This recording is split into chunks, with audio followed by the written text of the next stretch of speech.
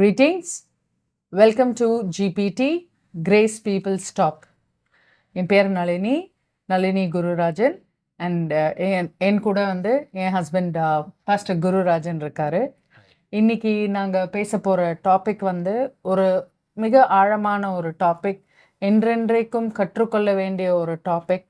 இந்த டாப்பிக்கில் வந்து நாங்கள் வளர்ந்துட்டுருக்கோம். கண்டிப்பாக அந்த வளர்ச்சியில் முக்கியமான பங்கு வகித்த நமக்கு முன்னாடி போன அநேகர்கள் வந்து அவங்க கர்த்தர் முன்னாடி கண்டடைஞ்ச ஞானத்தை வந்து அவங்க வந்து புக்ஸில் எழுதி அதன் மூலியமாகவும் அதே மாதிரி நம் கண் முன்னாடி இருக்கிற எக்ஸாம்பிள்ஸ், இந்த விஷயத்தை குறித்து வாழ்ந்த எக்ஸாம்பிள்ஸ் அவங்கள நாங்கள் பார்த்து இந்த விஷயத்தில் நாங்கள் நிறைய வளர்ந்துட்டுருக்கோம். ஸோ அதை குறித்து தான் இன்றைக்கி பேசலான் இருக்கோம்.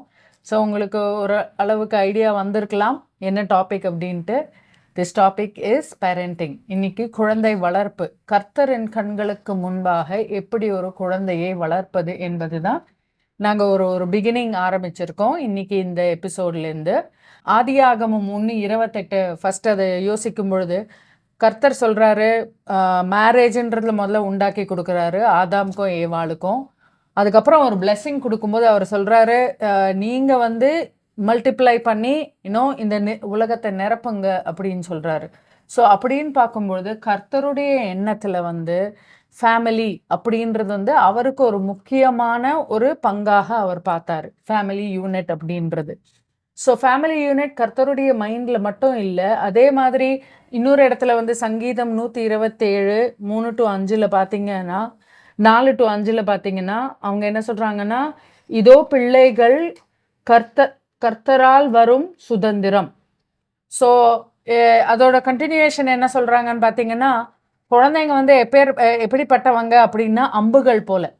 ஸோ ஒரு போருக்கு போகிற ஒரு மனுஷன் தன்னுடைய அம்புகளை வந்து அந்த இதில் பின்னாடி குவிவரில் வந்து ஃபுல்லாக எவ்வளோ சேர்த்து வச்சுக்கிறானோ, தென் அப்போ எதிரிக்கு எதிராக அவனுக்கு வந்து நிறைய அட்வான்டேஜ் இருக்கும். ஸோ கர்த்தர் என்ன சொல்கிறாருன்னா, அப்பேற்பட்ட அம்புகள் ஒவ்வொரு குழந்தைகளும் வந்து அம்புகள் மாதிரியும். ஸோ அப்போ எத்தனை பாக்கியவான், ஒரு குவிவர் ஃபுல்லாக வந்து அம்புகள் இருந்தால் அவன் எப்பேற்பட்ட பாக்கியவான்னு அந்த வசனம் சொல்லுது. ஸோ அப்போ பார்க்கும் பொழுது, ஆனால் நம்ம நடைமுறையில் யோசித்து பார்க்கும்பொழுது அத்தனை குழந்தைகள் வளர்க்க முடியுமா? ஏன் அப்படின்னு பார்க்கும்பொழுது 1-2 குழந்தை வளர்க்கும் போதே அதுக்குள்ளே இருக்கிற பேரண்டல் கிரைண்ட், காத்தால எழுந்துக்கணும், அதுக்கப்புறம் வந்து பிடிக்குதோ பிடிக்கலையோ போய் சமையல் பண்ணணும், திரும்பி பார்க்கும்பொழுது ஒரு அம்மாவை பார்க்கும்பொழுது இந்த பக்கம் துணி அவ்வளோ துவைக்காமல் இருக்குது, அதுக்கப்புறம் வீடு ரொம்ப குப்பையாக இருக்குது. சம்டைம்ஸ் மோட்டிவேஷனே இருக்காது அந்த நாளை வந்து கடக்கவே. இல்லை வந்து திருப்பியா அப்போ தான் குழந்தைய குளிப்பாட்டியிருப்போம், திருப்பி வந்து ஒரு வேலை. ஸோ இல்லை சம்டைம்ஸ் பண பற்றாக்குறை. ஸோ இந்த எல்லா மத்தியில் பார்க்கும் பொழுது எதுக்கு இந்த பேரண்டிங், இந்த ஒரு பேரண்டிங்ன்ற கஷ்டத்துக்கு நடுவில் சம்டைம்ஸ் ஒரு பெரிய பிகர் பிக்சரை மறந்துட முடியும். ஸோ என்னுடைய கேள்வி உங்களுக்கு என்ன அப்படின்னா, இந்த பிரச்சனைகள், இந்த வளர்ப்பின் மத்தியில் வர எல்லா இடரல்களின் மத்தியில் எப்படி ஒரு கிறிஸ்தவ பேரண்டா அந்த பிகர் பிக்சரை மறக்காம என்னத்தை நம்ம ஒரு பேர்ட்ஸ் ஐ வியூவா ஒரு ஃபோக்கஸ் பண்ணணும்? ஓகே, நம்ம படித்த மாதிரி சங்கீதம் 127 வந்து 4வது வசனம் நீ சொன்ன பிள்ளைகள் வந்து கர்த்தரினால் வரும் சுதந்திரம். ஸோ அதுக்கப்புறம் வந்து கர்ப்பத்தின் கனி வந்து கர்த்தரிடமிருந்து வரக்கூடிய பேலன். அப்புறம் அதுக்கப்புறம் ஒரு கர்த்தர் என்ன சொல்கிறாருன்னா, இவங்க வந்து ஒரு பலவானின் கையில் உள்ள அம்புகள் போல அப்படின்னு. ஸோ குழந்தைங்க வந்து கர்த்தரிடமிருந்து நாம் பெறுகிறோம் அப்படின்றத வந்து அந்த வசனத்தில் பார்க்குறோம். அவங்க வந்து கர்த்தரால் கொடுக்கப்பட்ட ஒரு கிஃப்ட். ஸோ அந்த கிஃப்ட் மட்டும் இல்லாமல் ஒரு பலவான் கையில் இருக்கக்கூடிய ஒரு அம்பு மாதிரி அவங்க. ஸோ அந்த அம்பை எப்படி ஷேப் பண்ணணும், அதை எந்த விதத்தில் நல்வழியில் பயன்படுத்தணும் அப்படின்றது வந்து அந்த பெற்றோர்களிடம் இருக்கக்கூடிய ஒரு ரெஸ்பான்சிபிலிட்டி அப்படின்னு சொல்லலாம். ஸோ இந்த சங்கீதம் முதல்ல ஆரம்பத்தில் வந்து கர்த்தர் எப்படி ஆரம்பிக்கிறார் அப்படின்னு பார்த்தீங்கன்னா, கர்த்தர் வீட்டை கட்டாவிட்டால் அந்த பிரயாசம் விருதா அப்படின்றார். அதே போல் கர்த்தர் நகரத்தை காக்காவிட்டால் அந்த காவலாளியுடைய பிரயாசம் விருதா.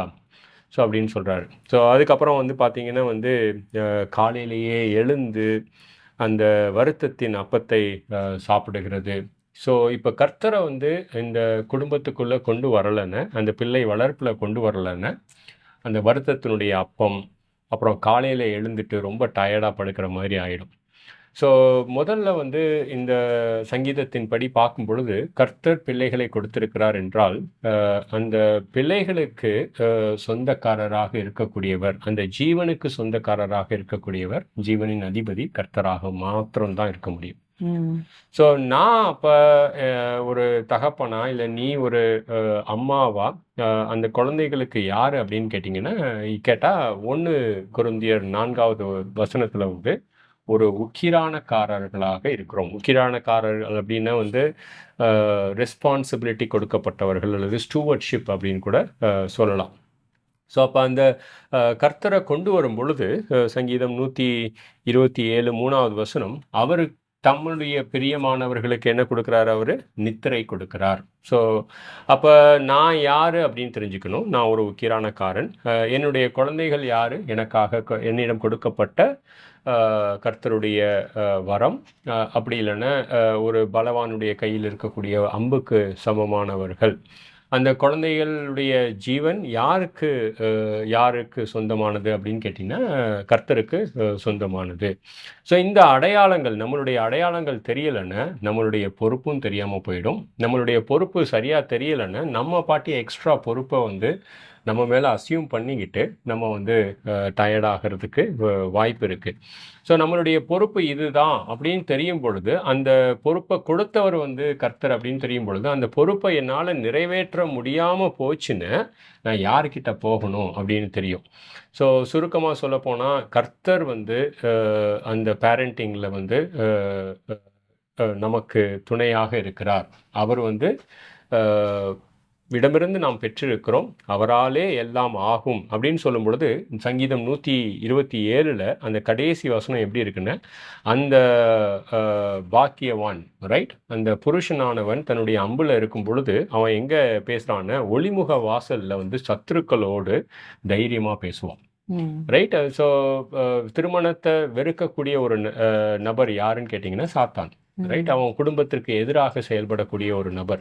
ஸோ நம்ம கர்த்தரை கொண்டு வரும் பொழுது என் கையில் இருக்கிற அம்பு யார் கொடுத்ததுன்னு தெரியும், அதை நான் எப்படி வளர்க்கணும்னு தெரியும், எப்படி ஷேப் பண்ணணும்னு தெரியும். அப்புறம் வந்து நான் ஒளிமுக வாசலில் வந்து சத்ருவோட பேசும் பொழுது ரொம்ப தைரியமாக பேசலாம். ஸோ இந்த அடையாளங்கள் தெரிஞ்சுக்கிறது ஒரு தகப்பன், ஒரு தாய்க்கு வந்து ரொம்ப முக்கியமான ஒரு விஷயம். இது சொல்லும்போது எனக்கு ஒரு விஷயம் என்ன தெரிய வருதுன்னா, நம்மளுடைய அடையாளம், நாம் எப்போவுமே வந்து கர்த்தருடைய பிள்ளை.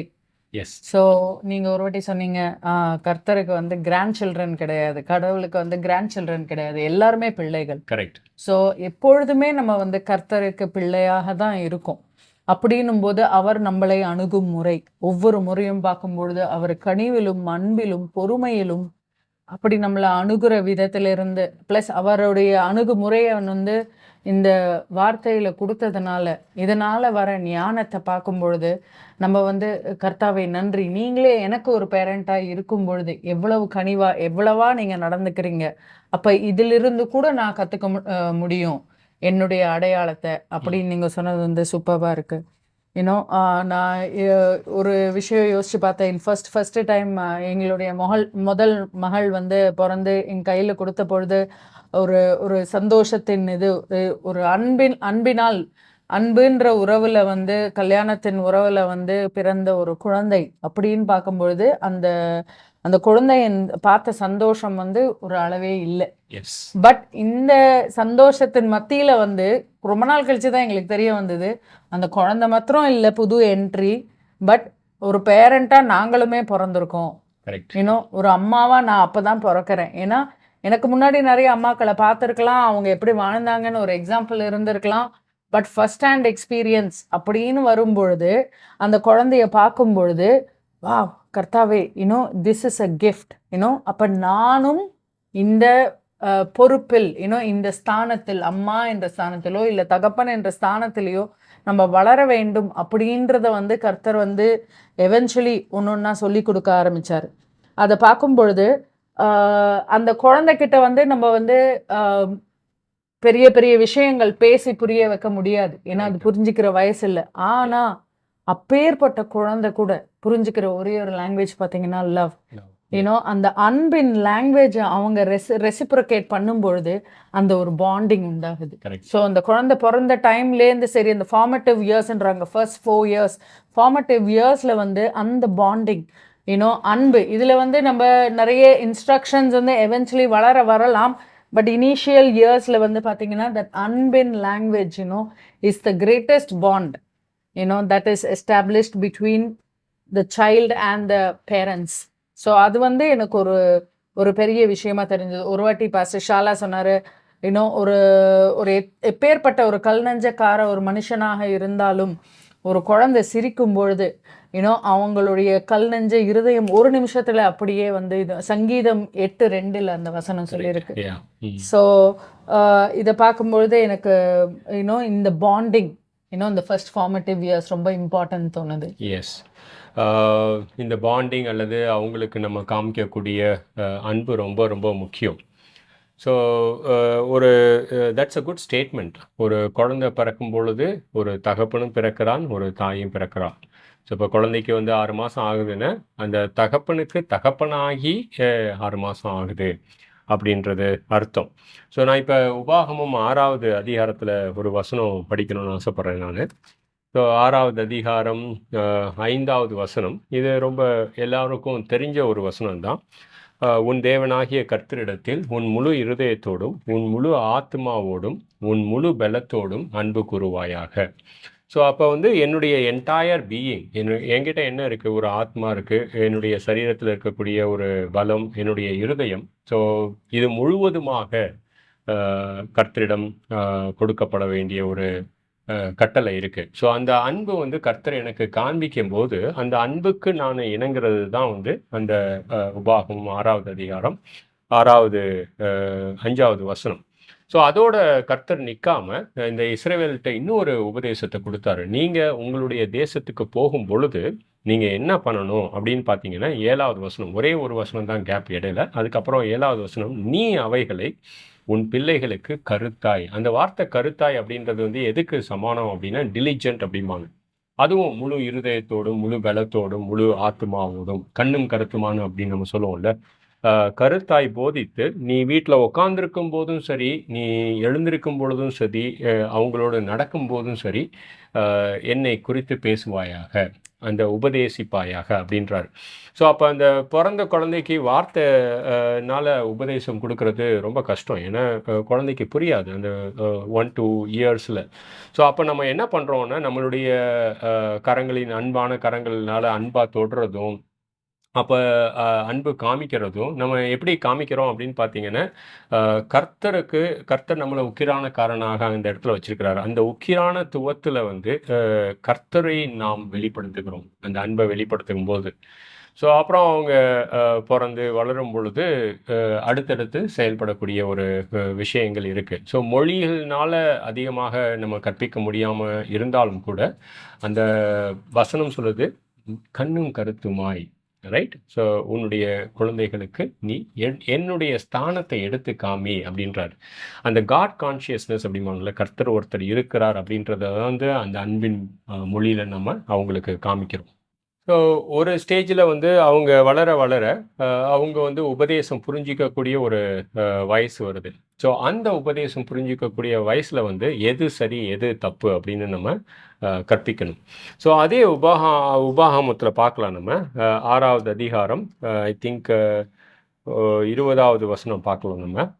20வது வசனத்தில் வந்து நாளைக்கு உன் புத்திரன் உம்முடைய தேவனாகிய கர்த்தர் உங்களுக்கு கட்டளையிட்ட இந்த சாட்சிகளும் கட்டளைகளும் நியாயங்களும் என்ன என்று உன்னிடத்தில் கேட்டால், ரைட்? நாளைக்கு அவன் திடீர்னு கேட்குறான், அவன் பையன் கேட்குறான் அப்பாவை பார்த்து, இதெல்லாம் நான் ஏன் பண்ணணும், ஏன் இது நீ சரின்னு சொல்கிறீங்க, ஏன் இது வந்து நீங்கள் தப்புன்னு சொல்கிறீங்க அப்படின்னு ஒரு பிரமாணங்களுக்கு நம்ம கண்டிப்பாக பிரமாணங்கள் கொடுத்து ஆகணும். குழந்தை வளர வளர இது சரி இது தப்பு அப்படின்ற கற்பிக்கிறோம் அப்படின்னு கேட்கும் பொழுது கர்த்தர் வந்து எப்படி பதில் கொடுக்கணுன்றது கூட சொல்கிறாரு. உபாகமம் 6:21 பாருங்க. நீ உன் புத்திரனை நோக்கி, நாங்கள் எகிப்திலே பார்வோனுக்கு அடிமைகளாக இருந்தோம், கர்த்தர் பலத்த கரத்தினால் ரைட். அநேக அற்புதங்களை செஞ்சு எங்களை வந்து அந்த அடிமைத்தனத்திலிருந்து விடுவிச்சு கொண்டு வந்தார் அப்படின்ற ஒரு விஷயத்த சொல்லிட்டு இந்த பிரமாணங்கள் கர்த்தரினால் கொடுக்கப்பட்டது அப்படின்னு. ஸோ நாளைக்கு குழந்தை வளரும் பொழுது இது சரி இது தப்பு அப்படின்னு சொல்லும் பொழுது, ஸோ நம்ம லா கிவராக இல்லை, நான் தான் இது சரின்னு சொல்கிறேன், நான் தான் இது தப்புன்னு சொல்கிறேன் அப்படின்னு இல்லாமல் கர்த்தர் இதை சரின்னு சொல்கிறாரு, கர்த்தர் இதை தப்புன்னு சொல்கிறாரு அப்படிங்கும்போது அவன் கேட்குறான், அவன் ஏன் இது சரி இது ஏன் தப்பு அப்படின்னு ஒன்று. அப்போ வந்து அந்த இஸ்ரவேல் குலத்தான் என்ன சொல்லணும் அப்படின்னு கேட்டிங்கன்னா, அவங்க எப்படி விடுவிக்கப்பட்டாங்க, அவங்களுடைய ரட்சிப்பினுடைய நிகழ்வை சொல்லணும். பார்வோனுக்கு நாங்கள் அடிமையாக இருந்தோம், அந்த அடிமைத்தனத்திலிருந்து ரட்சிக்கப்பட்டோம். இன்றைக்கி நம்ம பெற்றோர்களாக நம்ம குழந்தைகளுக்கு இது சரி இது தப்புன்னு வந்து போதிக்கக்கூடிய வயசில், அவங்க வார்த்தைகளை புரிஞ்சிக்கூடிய வயசில் நம்ம போதிக்கும் பொழுது அவங்க ஏன் இது சரி இது ஏன் தப்பு அப்படின்னு கேட்குறாங்கன்னா, இந்த தடவை நம்ம காட் கான்ஷியஸ்னஸை மட்டும் கொண்டு வராமல் அந்த ரட்சிப்பை விளக்குறோம். நம்ம இயேசு கிறிஸ்து நமக்காக மரித்திருக்கிறார், ரைட். ஸோ இது சரி இது தப்புன்னு சொல்லும் பொழுது அவன் கர்த்தருடைய கரங்கள்லேருந்து வந்த அந்த பிரமாணத்தை கற்றுக்கிறான், அவன் எது சரி எது தப்புன்னு கற்றுக்கிறான். அது மட்டும் இல்லாமல் அந்த குழந்தை வளர வளர அந்த சரி தப்பு அவனால் செய்ய முடியாமல் போகும் பொழுது அவன் யாரை புரிஞ்சுக்கிறான் அப்படின்னு கேட்டிங்கன்னா, மீட்பரை புரிஞ்சுக்கிறான், இயேசு கிறிஸ்துவை புரிஞ்சுக்கிறான். இது வந்து நியாய பிரமாணங்களின் மாத்திரம் வந்து ஒரு பெற்றோர் செய்யக்கூடிய காரியம் அல்ல. ஏன்னா இது நான் தான் சரின்னு சொல்கிறேன், நான் தப்பு தான் சொல்கிறேன் இல்லாமல், நான் ஒரு உக்கிரானக்காரன், இந்த பிரமாணங்கள் கர்த்தருடைய பரிசுத்தத்தை நமக்கு விளக்கக்கூடிய பிரமாணங்கள், இந்த பரிசுத்த கர்த்தர் நம்மளுடைய மீட்பராகவும் இருக்கிறார் அப்படிங்கும் பொழுது அவனுக்கு அந்த ஃபுல் ஸ்கோப்பு தெரியும். குழந்தைக்கு அந்த குழந்தை நாளைக்கு கீழே விழுகும் பொழுது யாருக்கிட்ட போகணும்னு தெரியும், அந்த குழந்தை ஏன் இதை நம்ம பண்ணணும் அப்படின்றதையும் புரிஞ்சிக்கக்கூடிய ஒரு பக்குவம் இருக்குது. ஸோ கர்த்தருடைய ஸ்தானத்திலிருந்து அவருடைய உக்கிரானக்காரர்களாக நம்மளை இப்படி பண்ண சொல்கிறார் அவர், அந்த வசனங்களை கொடுத்துருக்கிறதுன்றது ரொம்ப அற்புதமாக இருக்கிறது. Wow, that's amazing. நீங்கள் சொன்ன மாதிரி முதல்ல வந்து அவங்களுக்கு புரியாத அந்த அந்த வயசில் வந்து அன்புன்ற ஒரு அடிப்படை லாங்குவேஜ் அதை வந்து நம்ம அந்த கனெக்ஷனை குழந்தைங்களுக்கு உண்டாக்கி அவங்க வளரும் தருணங்களில் அவங்களுக்கு டிஃபைன் பண்ணுற பவுண்ட்ரிஸ். ஸோ அந்த பவுண்ட்ரிஸ் ஏன் பண்ணுறோம், நான் தான் அதிகாரி நீ பண்ணி தான் ஆகணும் அப்படின்றது இல்லாமல் கர்த்தர் தான் நம்மளுடைய ஒவ்வொருவரும் அவருக்கு தான் கணக்கு கொடுக்க வேண்டும் அப்படின்ற அவரை பிக்சருக்குள்ளே கொண்டு வந்து, இதை விட பியூட்டி வந்து கீழே விழுந்தாலும் மன்னிக்கிற தேவன் நீ திரும்பி போக முடியும் அப்படின்னு அதை பார்க்கும் பொழுது எனக்கு தோணுது, ஐ திங்க் ஒரு சிமிலர் வே தான் நம்மளுடைய ரட்சிப்பில் கூட கர்த்தர் ஒவ்வொருவரையும் இடைப்பட்டிருக்காரு. நம்ம இனிஷியலாக ரட்சிக்கப்பட்ட ஒரு சந்தோஷம் இருக்கும், ஒரு சமாதானம் இருக்கும், ஒரு அளவில்லாத அன்பு. ஸோ அந்த அன்புக்கு வந்து டிஃபைனே பண்ண முடியாது. நம்மளுக்கு பைபிள்லாம் ஒன்றுமே தெரிஞ்சிருக்காது, இல்லை எவ்வளோ புக்ஸுன்னு கூட தெரிஞ்சிருக்க வாய்ப்பு இல்லை டாக்டர்னு எதுவுமே தெரிஞ்சிருக்காது. But the beauty is what, அவர் என்னை அன்பினால் நிரப்பி என்னை ஒரு முழுமையாக்கி தர அந்த தருணம், அதுதான் ஐ திங்க் அந்த பிறந்த குழந்தைங்களுக்கு இருக்கிற அன்பு, அந்த initial years.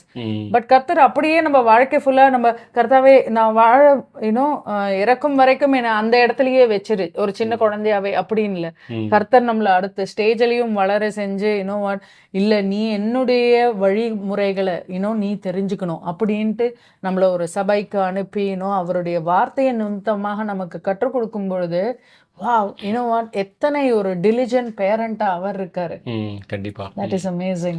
Yeah, so unless we are parented by God, we can never be good parents அப்படின்னு கூட சொல்லலாம். ஸோ கர்த்தரை வந்து நம்மளுடைய பெற்றோர்களாக நம்ம பார்க்கலன்னு, ஸோ நம்ம எப்படி பெற்றோர்களாக நல்ல பெற்றோர்களாக குழந்தைக்கு இருக்க முடியும் அப்படின்றது. ஸோ இயேசு கிறிஸ்து அதை வெளிப்படுத்தினார். ஸோ யோவான் 1வது அதிகாரத்தில் வந்து ரொம்ப அருமையான ஒரு வசனம், எனக்கு பிடிச்ச வசனம் என்னென்னா, யோவான் 1:17 அந்த 17 வந்து நியாயப்பிரமாணம் மோசையின் வாயிலாக கொடுக்கப்பட்டது. ஸோ மோசே வந்து என்ன பண்ண முடிஞ்சதுன்னு கேட்டிங்கன்னா, அந்த பிரமாணத்தை வாங்கி தான் கொடுக்க முடிஞ்சது. அந்த பிரமாணம் எழுத்துக்களால் ஆன ஒரு பிரமாணம். ஸோ அதை மட்டும்தான் மோசையினால் கொடுக்க முடிஞ்சது. அதுக்கு அப்பாற்பட்டு மோசையினால் எதுவும் கொடுக்க முடியல.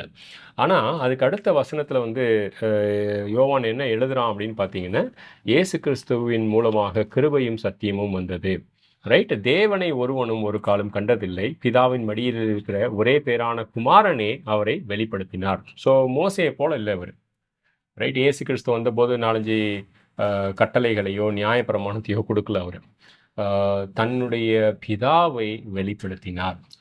ஸோ மோசைனால் அது பண்ண முடியாமல் போச்சு. பட் ஆனால் இயேசு கிறிஸ்து அதை எடுத்து பண்ணினார்.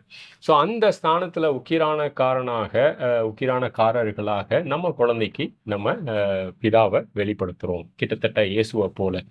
ஸோ இதை குறித்து வந்து யோவான் வந்து 1 யோவானில் எழுதும்போது கூட ரொம்ப அருமையாக இருக்கும். ஸோ அந்த ஜீவ வார்த்தையை நாங்கள் தொட்டோம், ரைட்? அந்த ஜீவ வார்த்தையை நாங்கள் நோக்கி பார்த்தோம், அந்த ஜீவ வார்த்தையை எங்களுடைய கண்களில் கண்டோம். ஸோ அப்போ வந்து நான் வெர்பல் கம்யூனிகேஷன், ரைட்? அந்த அன்பை பார்த்தாங்க, ஒரு இயேசு கிறிஸ்துவனுடைய மன்னிப்பை பார்த்தாங்க, இயேசு கிறிஸ்துவ தன்னுடைய பிதாவை வெளிப்படுத்தினார். நமக்கு குழந்தைங்களுக்கு நம்ம இயேசு கிறிஸ்துவை போல உக்கிரானக்காரர்களாக அதை வெளிப்படுத்துகிறோம். அப்புறம் வந்து யோவான் என்ன சொல்கிறான், அந்த 1 யோவானில் அந்த ஜீவ வார்த்தையை நாங்கள் கேட்டோம். ஸோ அதை கேட்கும் பொழுது உபாகமம் 6, 20, 21, 22 அவரை நம்ம ரட்சகராக அறிமுகப்படுத்துகிறோம். நீ சொன்ன மாதிரி அவங்க இந்த பிரமாணங்களை கொடுக்கும் பொழுது நமக்கு கீழ்ப்படியலை, ரைட்?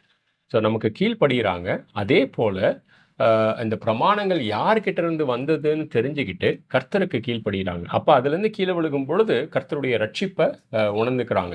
நாளைக்கு குழந்தைங்க வந்து நம்ம வீட்டை விட்டு வெளியில் போகும் பொழுது நம்ம இருக்க மாட்டோம், பட் ஆனால் கர்த்தர் கண்டிப்பாக அவங்கள பார்த்து கொண்டிருப்பார். ஸோ அவங்களுக்கும் கர்த்தருக்கும் இடையில உள்ள உறவில் கீழ்ப்படிதல், அந்த பிரமாணங்களுக்கு அந்த கீழ்ப்படிதல் இல்லாத பொழுது அவங்களுடைய இயலாமைக்கு மத்தியிலே அவரை இரட்சகராக பார்க்கறதுக்கு, வீட்டை விட்டு வெளியில் போனதும் பார்க்கறதுக்கு அவங்களுக்கு ரொம்ப இலகுவாக இருக்கும். ஸோ இயேசு கிறிஸ்து எப்படி சீஷர்களுக்கு தன்னுடைய பிதாவை வெளிப்படுத்தினாரோ அந்த ஒரு பாக்கியம் அப்படின்னு கூட சொல்லலாம், அந்த ஒரு உக்கிரானத்துவம் பெற்றோர்களுக்கு கொடுக்கப்பட்டிருக்கிறதுங்கும் போது வந்து ரொம்ப ரொம்ப ஒரு அருமையான ஒரு விஷயம். S, S. இன்ஃபேக்ட் நான் நீங்கள் அந்த வார்த்தை சொன்னீங்கல்ல, இந்த மாதிரி நம்மளுடைய இயலாமை அப்படின்ட்டு. ஸோ வீட்டில் வந்து நம்ம குழந்தைகிட்ட வந்து ஒரு இன்ஸ்ட்ரக்ஷன் கொடுக்குறோம், நீ இதை பண்ணாத அப்படின்ட்டு. பட் அந்த குழந்தைங்க மேபி அந்த particular day they were not themselves so அவங்க வந்து அந்த இது ஒபே பண்ணலை. So they get on our nerves so இப்போ நான் என்னுடைய பர்சனல் இது சொல்கிறேன். சம்டைம்ஸ் அந்த மாதிரி அந்த ஒரு ஒரு சுச்சுவேஷன் வரும்பொழுதோ இல்லை வேறு இடங்களில் வரும்பொழுது ஒரு பேரண்ட்டாக சம்டைம்ஸ் எனக்கு அந்த டைமில் கெப்பாசிட்டி இல்லை அப்படின்னும்போது என்னுடைய ஒரே ஒரு ரியாக்ஷன் என்ன அப்படின்னா, எதர் அவங்கள கத்துறது இல்லைன்னா கோவத்தில் வந்து அவங்கள இது பல வருஷங்க முன்னாடி பட் அடிச்சிடுறது. ஸோ பட் அதெல்லாம் பண்ணிவிட்டு அதுக்கப்புறம் வந்து திரும்பி வந்து தனியாக ஒரு ரிலாக்ஸ் டைமில் வரும்பொழுது ஒரு குற்ற உணர்ச்சி, நம்ம வந்து ஒரு கடவுள் தப்பு பண்ணிட்டாரோ, இத்தனை அழகான குழந்தைகளை வந்து போயும் என்கிட்ட கொடுத்துட்டாரோ, அப்போ நான் ஒரு தகுதி இல்லாத ஒரு தாய் தானே, அப்போ எனக்கு என்னுடைய இயலாமையில் வந்து கர்த்தாவே I don't deserve to be a good mom. அந்த ஒரு குற்ற உணர்ச்சி நிறைய டைம் வந்து பேரண்ட்ஸாக நிறைய பேர் கோத்ரூ பண்ண முடியும். நான் எனக்கு மாத்திரம் பேசல, பட் நிறைய பேர் அந்த மாதிரி ஃபீல் பண்ணுறவங்களுக்கு பேசுகிறேன். பட் அது யோசிக்கும் பொழுது அப்படிதான் பேரண்டிங் இருக்குமா? உங்களுடைய வியூ பாயிண்ட் அதில் என்னவா இருக்கு? ஸோ ஃபர்ஸ்ட் ஆஃப் ஆல் எந்த ஒரு பெற்றோர்களும் போதுமானவர்கள் அல்ல, ரைட்? ஸோ ஏன் போதுமானவர்கள் அல்ல அப்படின்னா, போதுமானவர்கள் யாருமே கிடையாது. நம்மளுடைய இம்பர்ஃபெக்ஷன், அந்த பாவத்தினுடைய வல்லமை முறிக்கப்பட்டது, இயேசு கிறிஸ்துவோட அந்த பாவ சுபாவம் சிலுவையில் அறையப்பட்டது. ஆனால் அந்த பாவ சுபாவம் என்கிட்ட இருக்குது. அந்த எரிச்சல் ஆகும் பொழுது, அவங்கள வந்து தகாத வார்த்தைகளில் நம்ம திட்டும் பொழுது நம்ம அந்த கீழே விழுந்துடுறோம் அவங்களுக்கு முன்னாடி. அப்போ நம்ம போதுமானவர்கள் அல்ல அப்படின்றத நம்ம உணர்றோம். ஸோ இந்த டாஸ்க்குக்கு வந்து எந்த பெற்றோர்களும் போதுமானவர்கள் அல்ல. என போதுமானவர்களை கர்த்தர் அழைக்கலை, என போதுமானவர்கள் யாரும் இல்லை.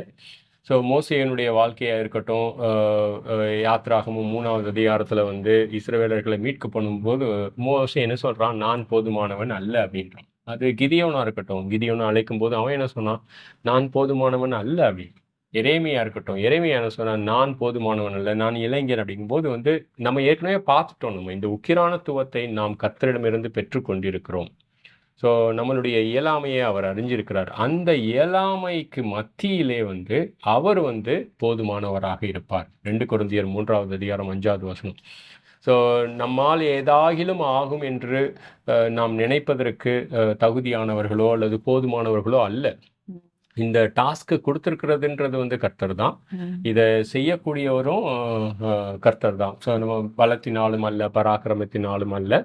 அந்த ஒரு டிபெண்டன்சி நம்ம கர்த்தரை சார்ந்து நடக்கக்கூடிய ஒரு இது. ஸோ அப்போ பிள்ளைகள் வளர்க்கும் பொழுது நம்ம பார்க்கணும்னா நம்மளுடைய மறுரூபம் ஆகிறதும் நமக்கு ஒரு பெரிய ஆப்பர்ச்சுனிட்டி இருக்குது. ஒவ்வொரு தடவையும் இயலாமைக்கு மத்தியில் நம்ம அவர்கிட்ட போகும் பொழுது அந்த அன்பை வாங்கி அவங்க கிட்ட ஒரு உக்கிரான காரணம் கொடுக்கும் பொழுது நாம் மறுரூபம் ஆக்கப்படுகிறோம். ஸோ குழந்தைகள் மறுரூபம் ஆகும் பொழுது நானும் மறுரூபம் ஆகிறேன் அப்படின்றத நம்மளால உறுதியாக பார்க்க முடியும். So that's how God has made it to be. So நான் இப்போ ஒரு இன்னொரு விதமாக இருக்கலாம். நான் போதுமானவனாக வந்து நான் என் குழந்தைக்கு முன்னாடி காமிச்சிக்கலாம், ஒரு செல்ஃப் அஷ்யூர்டு பேரண்ட்டாக. ஸோ அப்படி நான் காமிச்சேன்னு வச்சிங்களேன், அது ஒரு மாயத்தனம். அந்த குழந்தை வந்து நான் போதுமானவன் அல்ல அப்படின்ற கண்டுபிடிக்கிறதுக்கு எவ்வளோ நாள் ஆக போகுது? இப்போ குழந்தைங்கள்லாம் ரொம்ப ஷார்ப்பாகவே இருக்காங்க இல்லையா? பட் இந்த வார்த்தை நீங்கள் செல்ஃப் அஷ்யூர்ட் பேரண்ட்ஸ் அப்படின்னு சொல்லும் பொழுது ஒரு விஷயம் எனக்கு என்ன ஞாபகம் வருதுன்னா, சப்போஸ் என் குழந்தை என்ன படிக்கணும் அப்படின்ற ஒரு ஒரு எண்ணமோ தீர்மானமோ, இல்லை இங்கே படிக்கணும், இல்லை வந்து இந்த விஷயம் கற்றுக்கணும் அப்படின்ற ஒரு பேரண்ட்டாக இருப்பது வந்து செல்ஃப் அஷ்யூர்ட் பேரண்ட் அப்படின்னா தப்பு கிடையாது அதில். பட் எந்த இடத்துல நம்ம அந்த பிக் பிக்சரையோ இல்லை இதை ஒரு தப்பாகவே ஆக்க முடியும்? கரெக்ட். ஒரு செல்ஃப் அஷ்யூர்ட் பேரண்ட்டாக நான் வந்து என்னுடைய குழந்தைக்கு முன்னாடி நான் நடந்துக்கிறேன்னு வச்சுக்கோங்க. நான் போதுமானவன், அதாவது என்கிட்ட வல்லமை இருக்குது, நான் கீழே விழ மாட்டேன், நான் பர்ஃபெக்ட்டு, அந்த மாதிரி நான் குழந்தைய கிட்ட காமிக்கும் பொழுது என்னுடைய எபிலிட்டி, இந்த செல்ஃப் அஷ்யூர்ட் பேரண்ட்ஸ் மோஸ்ட்லி வந்து அவங்களுடைய எபிலிட்டியை வந்து குழந்தைகிட்ட எதிர்பார்ப்பாங்க. ஸோ அந்த வீக்கர் வெசல், அந்த குழந்தைனால அந்த எபிலிட்டிக்கு கொடுக்க முடியாத பொழுது இமீடியட்டாக வந்து அந்த குழந்தைய வந்து நியாயம் தீர்க்கிற விதம், அல்லது ஆக்கினைக்குள்ளாக தீர்க்கிற விதம், அல்லது குற்றப்படுத்தக்கூடிய ஒரு பேரண்ட்டாக அவங்க இருப்பாங்க. ஸோ அப்படி குற்றப்படுத்தக்கூடிய என்னுடைய எபிலிட்டிக்கு ஈடங்க நான் அந்த குழந்தையுடைய எபிலிட்டியை பார்த்தேன்னு வச்சிங்களேன், அது கண்டிப்பாக அந்த குழந்தைனால கொடுக்க முடியாது. அந்த குழந்தை கீழே விழுக போகும்போது அப்போ நான் என்ன நினைக்கிறேன், நான் ஒரு லெவலில் இருந்துக்கிட்டு நான் அந்த குழந்தைய அந்த லெவலுக்கு வர சொல்கிறேன் நான். பட் ஆனால் இயேசு கிறிஸ்து அப்படி பண்ணலையே. அவர் பரிபூர்ண கர்த்தர். அவர் என்ன பண்ணார், பரலோகத்திலிருந்து எனக்காக இறங்கி வந்தார். அந்த காண்டிசென்ஷன் அப்படிம்பாங்கல்ல, ஒரு பெற்றோராக வந்து ஒரு உக்கிரானக்காரனாக அந்த குழந்தைக்கு இணங்கி நான் இறங்கி வரும்பொழுது அந்த குழந்தை வந்து ரொம்ப என்கிட்ட பழகிறதுக்கு ரொம்ப ஈஸியாக இருக்கும். அல்லது ஒரு செல்ஃப் அஷ்யூர்ட் பேரண்ட்டாக இருக்கும் பொழுது நான் அந்த குழந்தையினுடைய வீக்னஸை புரிஞ்சிக்கிறது இல்லை. அப்புறம் டிரான்ஸ்பரன்சின்னு ஒன்று இருக்கவே இருக்காது. ரைட். அந்த குழந்தை பார்க்குறதுன்றது எப்படி பார்க்கணுன்னா, இவர் ஒரு ஸ்டாண்டர்டில் இருக்கார், என்னையும் ஒரு ஸ்டாண்டர்டில் வச்சிருக்கிறாரு. அந்த மாயக்காரத்தனத்தை தான் வந்து அந்த குழந்தை பார்க்கும். So these are the impacts that I can actually have on my children when I actually behave as a self-assured parent. தமிழில் சொல்லணுன்னா, நான் போதுமானவனாக என்னை காமிச்சிக்கும் பொழுது அந்த குழந்தை வந்து இந்த விதமான விஷயங்களினால பாதிக்கப்படுறதுக்கு நிறைய வாய்ப்புகள் இருக்கு. வாவ்! ஸோ தட் மீன்ஸ் அவங்க வந்து சம்டைம்ஸ் ஓப்பன் அப் ஆக மாட்டாங்க. தான் பர்சனலாக என்ன கோ த்ரூ பண்ணுறோமோ அதை சொல்லும் பொழுது அதை என்ன புரிஞ்சுக்கிறேன். ஏன்னா இவ்வளோ பர்ஃபெக்டாக ஒரு பேரண்ட்டை பார்க்குறேன், ஈவன் தோ அவங்க நிறைய இடத்துல விழறாங்க. பட் நெவர்தலெஸ் அவர் அப்ரோச்சபிள் இல்லை அப்படின்ட்டு பர்ஃபெக்டாக காமிச்சேன்னா வந்து அந்த குழந்தை என்கிட்ட இருந்து ஓடுறதுக்கு தான் வாய்ப்பு இருக்கே தவிர திரும்பி என்கிட்ட வர்றதுக்கு வாய்ப்புகள் இல்லை. ஸோ அந்த குழந்தை வந்து நான் விழுகும் பொழுது நானும் ஒரு பாவி, ரைட், ரட்சிக்கப்பட்டு இருக்கிறேன். எப்படி நான் அந்த உபாகம் 20:6-20-21 காமிக்கிறேன் நான், ரைட். ஸோ என்னை ரட்சித்த நாங்கள் அடிமைகளாக இருந்தோம் பார்வனுக்கு, நாங்கள் அனைவரும் ரட்சிக்கப்பட்டோம் அப்படிங்கும்போது வந்து அந்த குழந்தை வந்து என்னைய வந்து ஒரு கிருபையினால் ரட்சிக்கப்பட்ட பாவியாக தெரிஞ்சுக்கும் பொழுது அந்த குழந்தையும் கிருபையினால் ரட்சிக்கப்பட முடியும் அப்படின்ற ஒரு சுவிசேஷத்துக்கு தெரிஞ்சுக்கிற ஒரு வாய்ப்பு, ரட்சிக்கப்படக்கூடிய ஒரு வாய்ப்பு, அந்த டிரான்ஸ்பரன்சி, இது எல்லாமே அதிகமாக வரக்கூடிய ஒரு இடத்துல இருக்குது. ஐ திங்க் பால் ட்ரிப் அப்படின்னு ஒருத்தர் வந்து பேரண்டிங்கை குறித்து சொல்லும் பொழுது அவர் என்ன சொல்கிறாருன்னா, 2 விதமான பேரண்டிங் இருக்குது. ஒன்று வந்து தன்னுடைய பிள்ளைகளை தன்னுடைய பிள்ளைகளாக பார்க்குறது. சுருக்கமாக சொல்லப்போனால் பெற்றோர்கள் தான் அந்த குழந்தைக்கு சொந்தக்காரங்க. எல்லாமே அவங்கக்கிட்ட இருந்து தான் வருது. நியாயப்பிரமாணமும் அவங்கக்கிட்ட இருந்து தான் வருது. அந்த குழந்தைய வளர்க்கக்கூடிய எபிலிட்டியும் அவங்கக்கிட்ட தான் இருக்குது. அப்படிங்கும்போது வந்து இது சரியான ஒரு வேதாகமத்தினுடைய பார்வையில் இது சரியான ஒரு விஷயம் கிடையாது. ஆனால் இன்னொரு பேரண்டிங்கை பற்றி பால் ட்ரிப்பு பேசுகிறாரு. அது என்ன பேரண்டிங்னா, உக்கிரானத்துவத்தை கொண்ட ஒரு பெற்றோர்கள். அப்படிங்கும்போது வந்து இது பெற்றோர்கள் வந்து அந்த குழந்தைக்கு சொந்தக்காரங்க அல்ல. குழந்தைகள் கர்த்தரினால் கொடுக்கப்பட்ட ஒரு வரம், அந்த பலம், பலன் அப்படின்னு பார்க்குறாங்க. ப்ளஸ் அவங்க அம்பு அவங்கள ஷேப் பண்ணும் பொழுது இவங்களுடைய இயலாமையை புரிஞ்சுக்கிட்டு, அவருடைய பலத்தினால இவங்களுடைய பலவீனம் போதுமானதாக காண்பிக்கப்படுறதும், இவங்களும் ரட்சிக்கப்பட்ட பாவின்னு அந்த குழந்தை வந்து புரிஞ்சுக்கும் பொழுது, அந்த குழந்தை நாளைக்கு தனியா போகும் பொழுது, கர்த்தருக்கு கீழாக அந்த வர்ற விஷயங்கள், அது வந்து உக்கிரானத்துவத்தினால் வரக்கூடிய அந்த ஒரு அ அ பெற்றோர்கள். அப்படின்னு இந்த 2 விஷயத்தையும் ரொம்ப அழகா எடுத்து காமிச்சிருக்கிறாரு. So this is very important for us to know. கடவுள் எப்படி ஒரு பெற்றோர்களை கிட்ட பேசுகிறாரு, ஒரு பெற்றோர்கள் எப்படி கடவுளுடைய வார்த்தையின்படி நடந்துக்கிறாங்க அப்படின்றது வந்து it's an important thing. So we will end the GPT at this point இந்த எபிசோடு. உங்களுடைய ப்ரேயர்ஸ் வந்து ரொம்ப ரொம்ப முக்கியம். அடுத்தடுத்து இந்த எபிசோடு நம்ம எடுத்து பேசுகிறதுக்கு ப்ளஸ் வேறு ஏதாவது டாபிக்ஸ் உங்களுடைய ஹார்ட்டில் இருந்ததுன்னா இந்த டாப்பிக்கை பற்றி நீங்கள் பேசுங்க அப்படின்னு நீங்கள் கமெண்ட்ஸ் கொடுத்தீங்கன்னா, so we will prepare on those topics and we can meet you on those topics. Thank you so much for வாட்சிங். God bless you. Take care.